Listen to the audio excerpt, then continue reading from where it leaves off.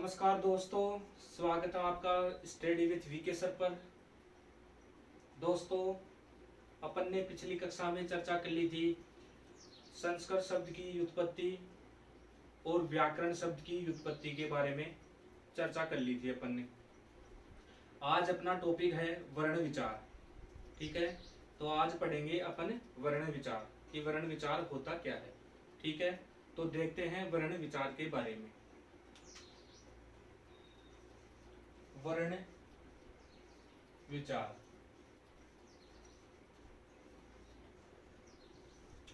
ठीक है, वर्ण विचार। अब देखते हैं संस्कृत क्या है, एक भाषा है। ठीक है, तो भाषा किसे कहेंगे अपन, वो देखते हैं। पहले भाषा किसे कहते हैं, भाषा, भाषा किसे कहते हैं। ठीक है, तो भाषा का यहाँ पर देखते हैं अर्थ या परिभाषा क्या होती है भाषा की। किसी भाव, किसी भाव या विचार को, किसी भाव या विचार को लिखकर या बोलकर प्रकट करना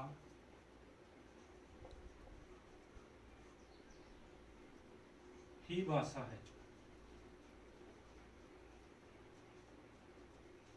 ठीक है मित्रों, भाषा किसे कहते हैं, तो देखते हैं भाषा किसे कहते हैं। किसी भाव या विचार को, किसी भाव या विचार को लिखकर या बोलकर प्रकट करना ही क्या है, भाषा कहलाती है। ठीक है, अब लिखना किसको है, बोलना किसको है, भाव या विचार किसे कहते हैं। तो भाव या विचार, भाव या विचार किसे कहते हैं, तो मन की जो बात होती है, मन में जो उत्पन्न होते हैं, उनको क्या बोला जाता है, भाव या विचार। ठीक है, अब देखते हैं भाषा की सबसे छोटी इकाई, सबसे छोटी, भाषा की सबसे छोटी इकाई। सीधा सीधा पूछ लिया जाता है कि भाषा की सबसे छोटी इकाई कौन सी होती है, तो भाषा की सबसे छोटी इकाई होती है ध्वनि या वर्ण। ठीक है, ध्वनि या वर्ण।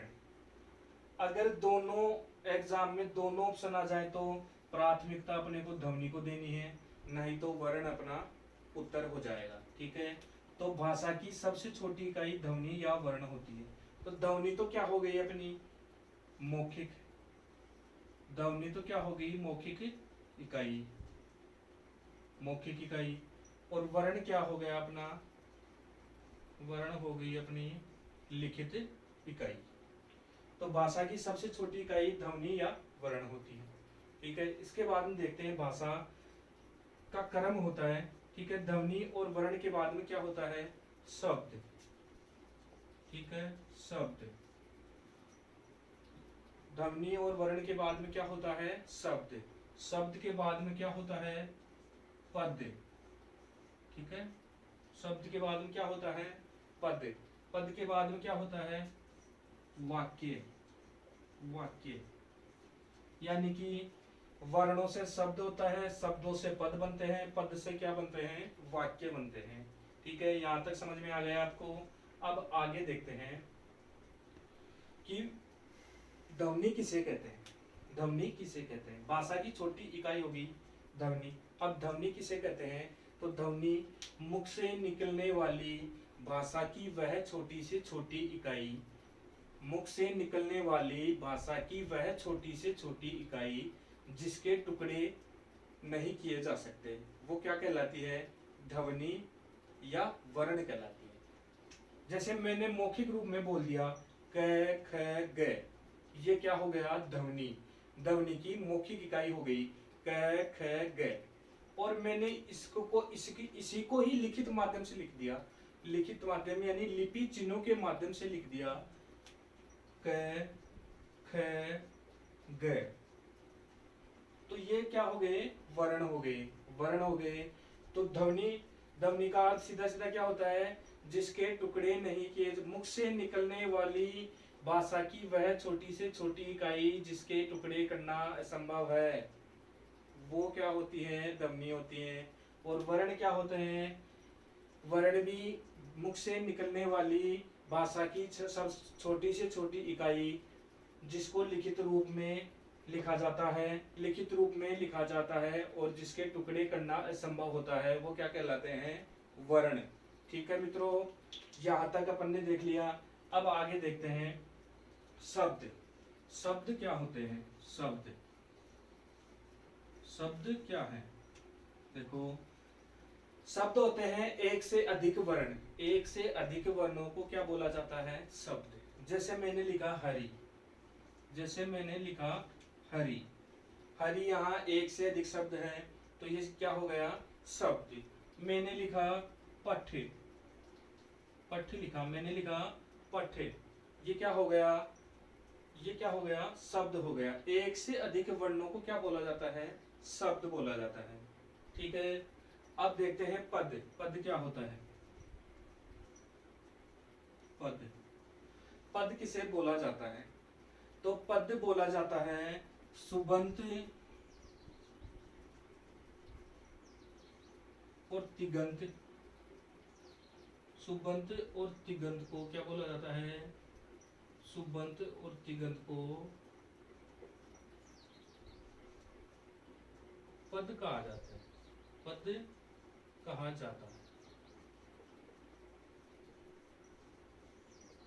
ठीक है, सुबंत और तिगंत को पद कहा जाता है। एक सूत्र आता है शुभ तिगंतम पदम, जो अपन संज्ञा प्रकरण में पढ़ेंगे। वो क्या कहता है कि सुबंत और तिगंत की, सुबंत और तिगंत की पद संज्ञा होती है। अब देखते हैं सुबंत में क्या आता है। शुभ, सुबंत में क्या आता है? सुबंत में आते हैं शब्द रूप। क्या आते हैं? शब्द रूप। जैसे राम है, रामो, रामो, रामः, ये क्या हो गए? अपने सुबंत हो गए। शब्द रूप क्या हो गए? अपने सुबंत हो गए। अब देखते हैं तिगंत क्या आते हैं। तिगंत को बोलते हैं धातु रूप। धातु रूप, इसमें जैसे पठती, पठते, पठती, पठते, पठंती, ये क्या हो गए? अपने तिगंत या धातु रूप। तो धातु रूप को तिगंत बोला जाता है और शब्द रूप को क्या बोला जाता है? सुबंत बोला जाता है। ठीक है, यहाँ तक चर्चा कर ली अपन ने। यहाँ तक चर्चा कर ली कि पहले देख लिया अपने भाषा किसे कहते हैं? किसी भाव या विचार को लिखकर, बोलकर, लिखकर या बोलकर, पढ़कर करना ही क्या होती है? भाषा होती है। भाषा की सबसे छोटी इकाई होती है ध्वनि या वर्ण। ध्वनि मौखिक रूप होता है और वर्ण लिखित रूप होता है। ठीक है, ध्वनि के बाद में शब्द आता है। शब्द के, शब्दों से क्या बनते हैं? पद बनते हैं। पद से क्या बनते हैं? वाक्य बनते हैं। ठीक है, अब देखो शब्द एक से अधिक वर्ण हो गए, उनको क्या बोला जाता है? शब्द। जैसे हरि, हरि, पठ, ये क्या हो गए? शब्द। पद क्या हो गए?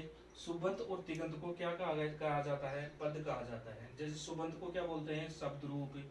जैसे राम है, रामौ, रामः। तिगंत को क्या बोलते हैं? धातु रूप। पठती, पठतय, पठंती। ठीक है, सुबंत की संख्या होती है 21 और तिगंत की संख्या होती है 18। जब अपन संज्ञा प्रकरण पढ़ेंगे तब इनकी विस्तृत जानकारी देख लेंगे। ठीक है, अब आगे चलते हैं वर्ण के बारे में कि वर्ण क्या होता है। वर्ण के बारे में देखते हैं क्या होता है। अब देखते हैं वर्ण। वर्ण किसे कहते हैं? वर्ण अभी आपको बताया मैंने कि मुख से निकलने वाली, मुख से निकलने वाली, मुख से निकलने वाली भाषा की सबसे छोटी इकाई, छोटी इकाई जिसके, जिसके क्या?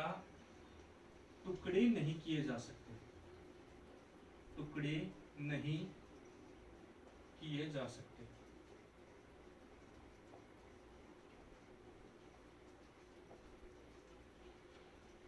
कि मुख से निकलने वाली भाषा की सबसे छोटी इकाई जिसके टुकड़े करना असंभव है या टुकड़े नहीं किए जा सकते, वो क्या कहलाती है? वर्ण कहलाती है। ठीक है, तो वर्ण में देखो क, ख, ग, ये हो गए अपने वर्ण, इनके टुकड़े नहीं किए जा सकते। यानी कि मुख से निकलने वाली भाषा की सबसे छोटी इकाई जिसके टुकड़े करना असंभव है, उसे क्या कहा जाता है? वर्ण कहा जाता है। ठीक है, अब क्वेश्चन यहाँ से पुटअप होता है कि वर्ण कितने होते हैं। वर्ण पहला होता है क्वेश्चन, या पहला क्वेश्चन देखते हैं कि कुल वर्णों की संख्या, वर्णों की संख्या, वर्णों की संख्या, वर्णों की संख्या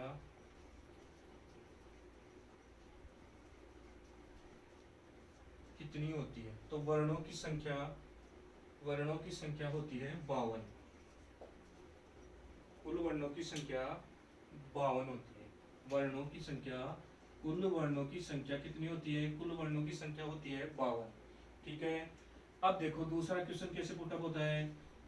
अगर ऐसे पूछ लिया जाए कि मुख्यतः वर्णों की संख्या, मुख्यतः वर्णों की संख्या, वर्णों की संख्या कितनी होती है? मुख्यतः वर्णों की संख्या पूछ ली जाए तो 13 प्लस 33, 13 हो गए स्वर अपने, 33 हो गए अपने व्यंजन, तो टोटल कितने हो गए? 46 वर्ण। तो मुख्यतः वर्णों की संख्या कितनी होगी? 46। अब पूछ लिया जाए तीसरा कि माहेश्वर सूत्रों के अनुसार, माहेश्वर सूत्रों के अनुसार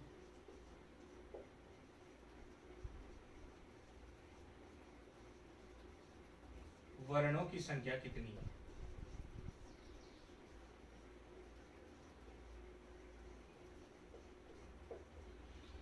माहेश्वर सूत्रों के अनुसार वर्णों की संख्या कितनी है? तो 9, 9 तो स्वर हो गए, 33 व्यंजन हो गए, टोटल कितने हो गए? 42। तो 9 स्वर हो गए, 33 क्या हो गए? व्यंजन। ठीक है, 42 हो गई माहेश्वर सूत्रों के अनुसार वर्णों की कुल संख्या। माहेश्वर सूत्रों के अनुसार वर्णों की संख्या 42। ठीक है, अब चौथा भी ये क्वेश्चन, ये भी इम्पोर्टेंट है, ये पूछ लिया जाता है, बहुत बार पूछा जाता है कि पाणिनि शिक्षा अनुसार, पाणिनि शिक्षा अनुसार, शिक्षा अनुसार वर्णों की संख्या,